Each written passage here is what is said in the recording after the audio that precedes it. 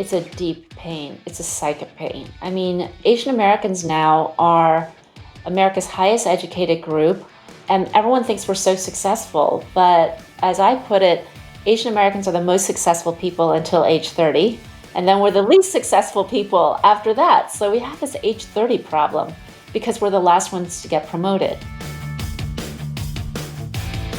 Why did I become an executive coach?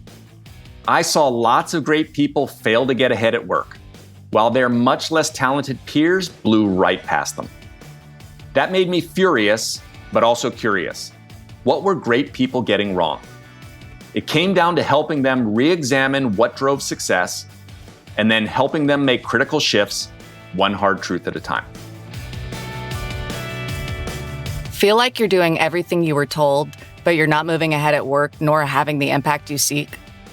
Then welcome to 97% Effective with Michael Winderoth, where we skip feel-good, happy talk and engage experts in pointed conversations about what it really takes to move the needle at work and your career. So if you feel stalled or frustrated, or seek that extra edge as you move to the next level, then look no further. This is the Hard Truths Playbook you never got.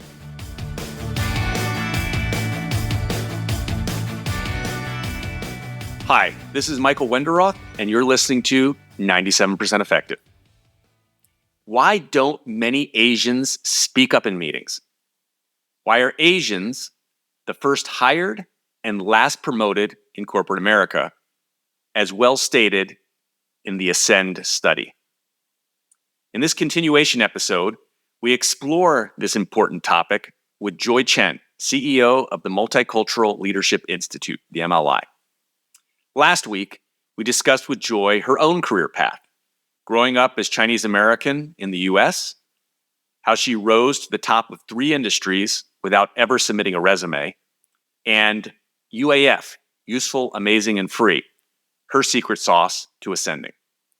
In that conversation, we touched on the central role of confidence, connection, and influence to rising to the top of the corporate ranks in the US, and some of the barriers that hold Asians and Asian Americans back. In this episode, we're going to look deeper at the work Joy and the MLI does in 2 core areas: helping Asians and Asian Americans crack the code to rising in corporate America through her accelerator, and the speaking work she does with C-suites and boards of Fortune 50 companies, helping them enable leadership for all. We also end with an unexpected discovery I made about one of Joy's first jobs, a story that should inspire us all. Hope you enjoyed this episode as much as I did recording it. Talking about the MLI and the work that you're doing now, and you look at this from 2 angles, so I want to talk about both of these. What individuals can do, Asian Americans, your accelerator course, things that they need to be in tune with and doing. But also, it's a system, right? There's those who are in leadership and they can make immense change. They tend to hold more power. And so you work with both of these groups. And if we could kind of look at each of them, the one part around working with Asian Americans, and your course, and I'll just talk to one because it's another great free resource that you've got. We'll put a link to it. But just talk about this that I mentioned at the outset, right? The Asians on my team don't speak up, or all the people in my company are bloviating, talking about things that don't matter. And this is a very deep pain. It is the truth. It comes up all the time in the Asian American community of what do they need to do to navigate this? Do they just need to mimic?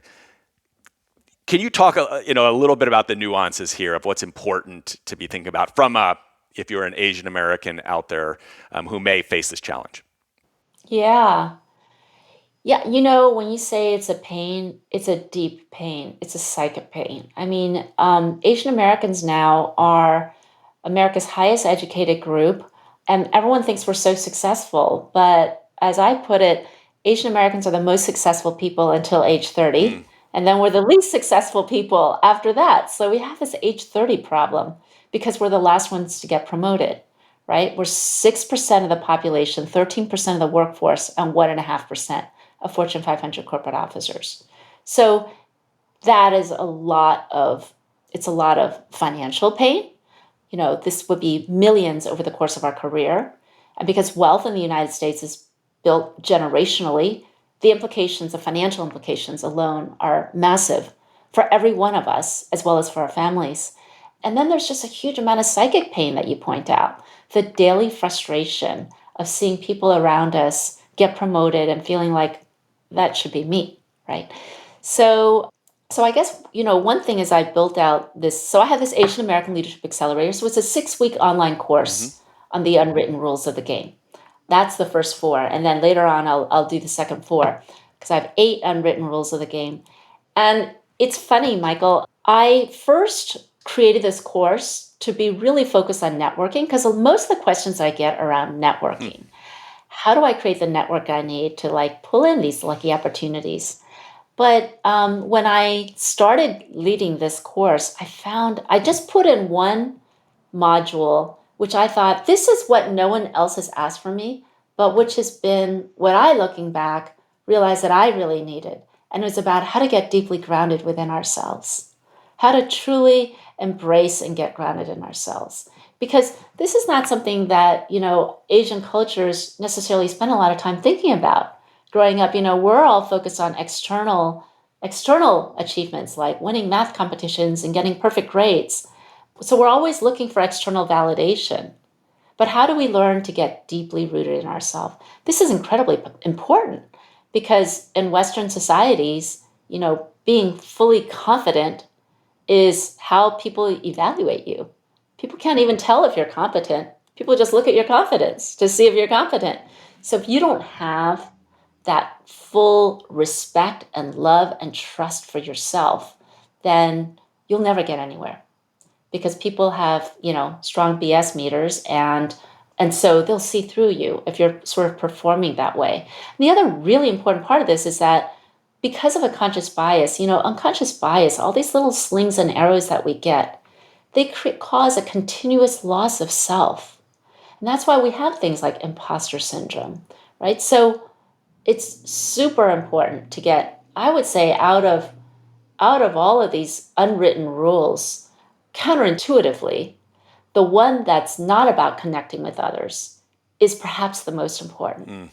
It's about connecting with our own Yeah. selves. And what's like a simple first practical step that someone can take on this, to use how do we operationalize it, which is a lot what the course and coaching is around, but what's a first step that someone could take? Yeah. I think that it's starting to get super, super conscious of our self-talk and how other people talk to us. I'll give you a very quick example from my own career. There was a time when I was a young individual contributor and I had an opportunity to make a presentation, a 10-minute PowerPoint presentation to the senior leaders of my firm. And the vice chairman of the firm was going to be there. And this guy was really powerful in the firm, maybe the most powerful person. And he had a reputation for being incredibly smart and not suffering any fools. So I was so excited about this opportunity. I spent 3 months preparing this PowerPoint, every detail on every slide, the data, making sure it's all backed up, all the footnotes, on the slides. And then I was in front of the mirror and I was practicing, and I practiced every pause, every gesture, everything. I really wanted to get this nailed down because I thought this is my big chance. So the day arrived and I gave the presentation and, my hands were shaking, but it seemed to go okay. And then afterwards, I was just so relieved. And there was a reception afterwards, and I was just kind of taking a deep breath at the reception. And that vice chairman was next to me, and he asked me a question. He had his little coterie of, his minions, and they were all there. And he asked me a question, and it surprised me for my presentation. And I was so shocked that I just said the first thing that came out of my mouth. And and as soon as I said it, I knew it was wrong. And he knew it was wrong. And all of his minions knew it was wrong. And he just looked at me and he just turned around and he walked away. And all of his minions looked at me and turned around and walked away. And I was so humiliated, and it was such a letdown because I'd worked so hard for that. And for 3 months afterwards, I couldn't sleep. Like I just kept, I thought, God, I'm such an idiot. You know, what, I was so humiliated. And, I still think about that. My skin crawls. And I think that it just in memory of how I reacted. So the thing is that these kinds of things, these subtle acts of exclusion, maybe it would happen because I was Asian. Maybe it didn't. Maybe I was just like a little minion. I think more likely he probably kind of reacts that way to everyone. He probably wouldn't react that way to a rising star. He probably wouldn't have reacted that way to the chairman of the firm. But because I was isolated, powerless, it gave him permission. And most of us who are Asian Americans are more isolated and powerless. So looking back, to your question, what should we do in that kind of instance? I think first of all, let's think about what went wrong here. Number one, so what was the problem? Was the problem that I made a mistake? Or was the problem that for 3 months I berated myself for being an idiot, right? One is kind of minor thing that we do every day. But the second thing, like you are such an idiot, is a huge emotional concept that really has very little to do with I made a mistake, right? But that so immobilized me. Like, what should I have done? I should have maybe sent him an email the next day and said, hey, Mike, you asked me a good question. I thought about it and I did a little research and here's your answer, right? Or if I was more in the moment at that reception, maybe I could have gone out, taken a deep breath, and come back to show him and his minions that they don't scare me, and that I could have said, hey, you asked me a good question just now, and I realized that I might have misspoke. Would you mind if I do a little research and get back to you in the morning? I could have saved that right away. And yet I didn't, and yet it was like, I think it harkened back to a whole lifetime of feeling like my whole identity, my whole whatever was hanging on to some external validation, and I think part of that is a very deep thing about the fact that he was so much higher than me in the firm, right? And I think that as Asians, we have a very deep respect for authority. But it created this whole thing of cycle of shame and self-recrimination that was hard for me to get out of. So I would say that the advice would be to start listening to what we say to ourselves and noticing that, like, oh, I'm such an idiot. Well, that doesn't seem so helpful or useful, right? And just to start noticing that and to start thinking about where does this self-talk come from? And to, I started for years, started thinking about like, there's a little bird on my shoulder, like an owl, who's really wise and who's observing the thoughts and feelings that are going through my head. And, and when something doesn't seem quite right, over time, starting to watch that thought leave my head and replace with something useful. Like, so replacing negative thoughts and feelings with useful action, right? So at any time, like I never got back to that person. That vice chairman, probably a week later, he didn't even remember my name. Maybe he never even knew my name, but I'm still talking about this, decades later.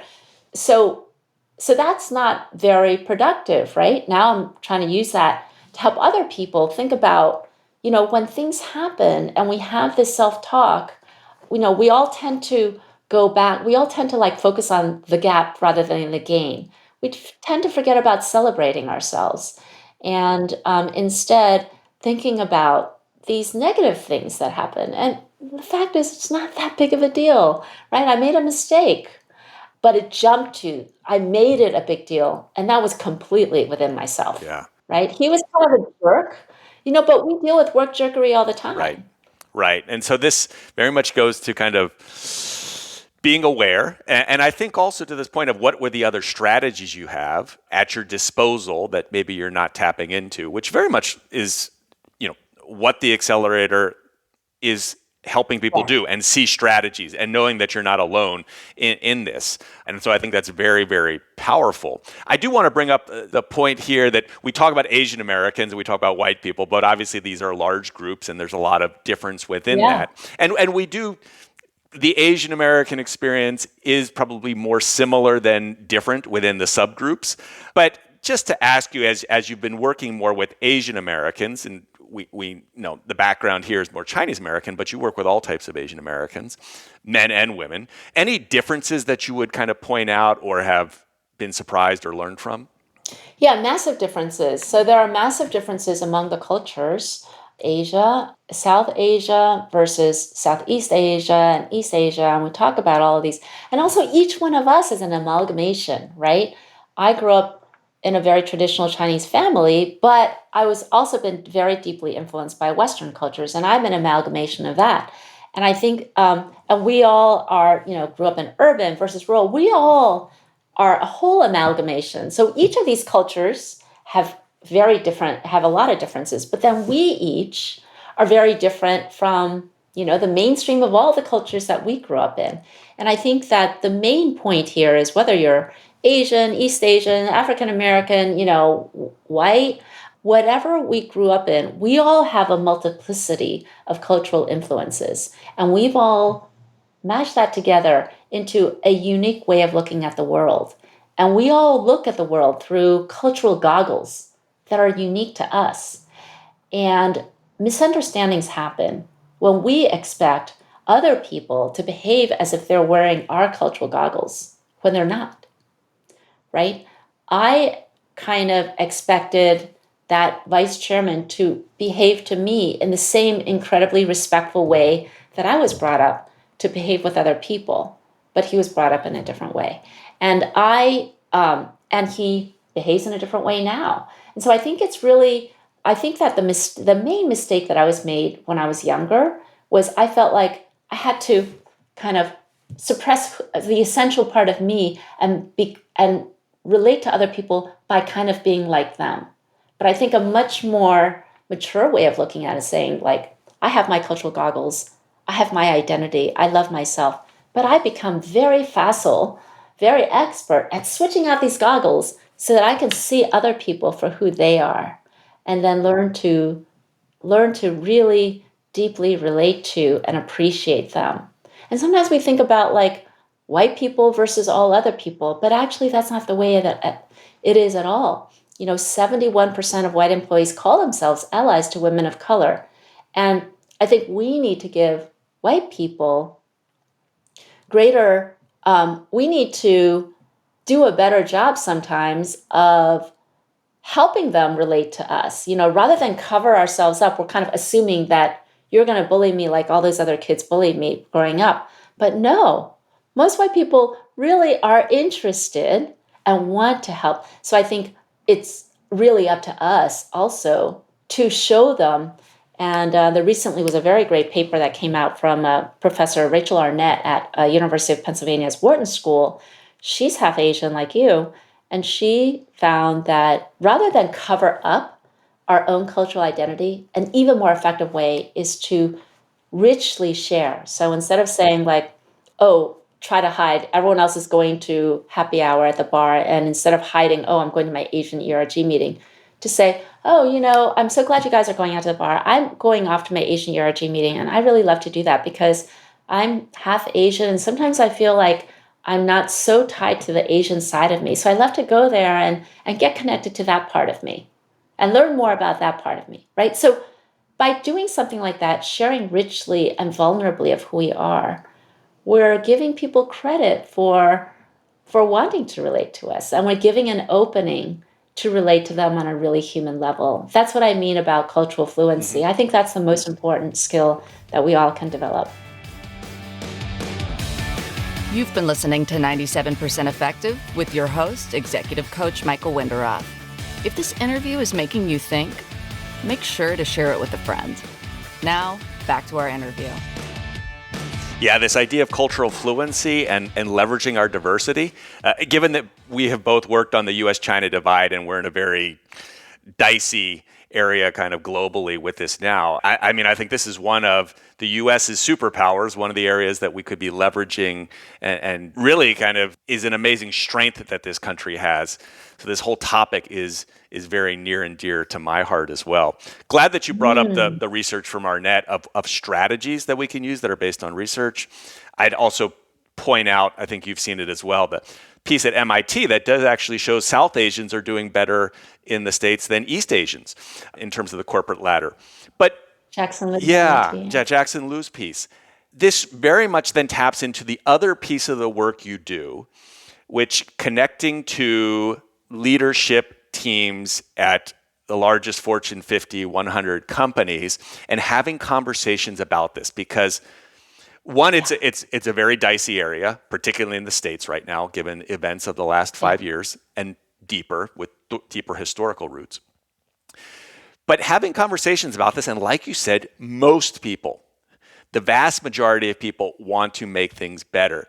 And I believe this is a very much a superpower of yours, of being able to connect at that level. Tell us a little bit of kind of how you've been doing this and what's working in those conversations and keynotes. Yeah, I've been really thinking about this deeply because of all this anti-Asian hate in the last 3 years. And I've been thinking about how can we create ways of talking ways of messaging that everyone can relate to. And so what I'm doing, I put together a keynote that I've been giving, that I'm set to give for Asia Pacific American Heritage Month this year at a number of companies, Fortune 50 companies. And the title of it is Why Many Asians Don't Speak Up, and how you can become a more effective leader of diverse teams. So this is aimed clearly not at Asians. It's aimed at all leaders and rising leaders at our biggest and most powerful companies. I think that I think the way to reach, or at least the way that I try to reach them, is just to be really fun and engaging. And because I feel like the conversation around race in America has been very fraught. And again, I think that sometimes if we read the media, we feel like America is so polarized, but actually it's not as polarized. Most people want to work effectively with other people. And so to reach to them on a very human level is what I've challenged myself to do.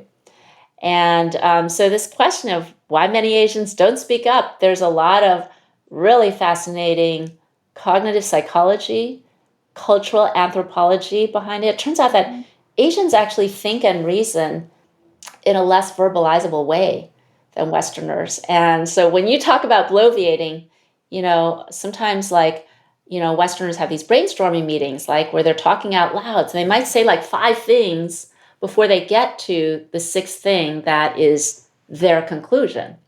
But because Asians think in a less verbalizable way, we're thinking, coming up with a conclusion, and then have to put it into words. But by the time we do that, the conversation may have turned and we kind of lost our opportunity.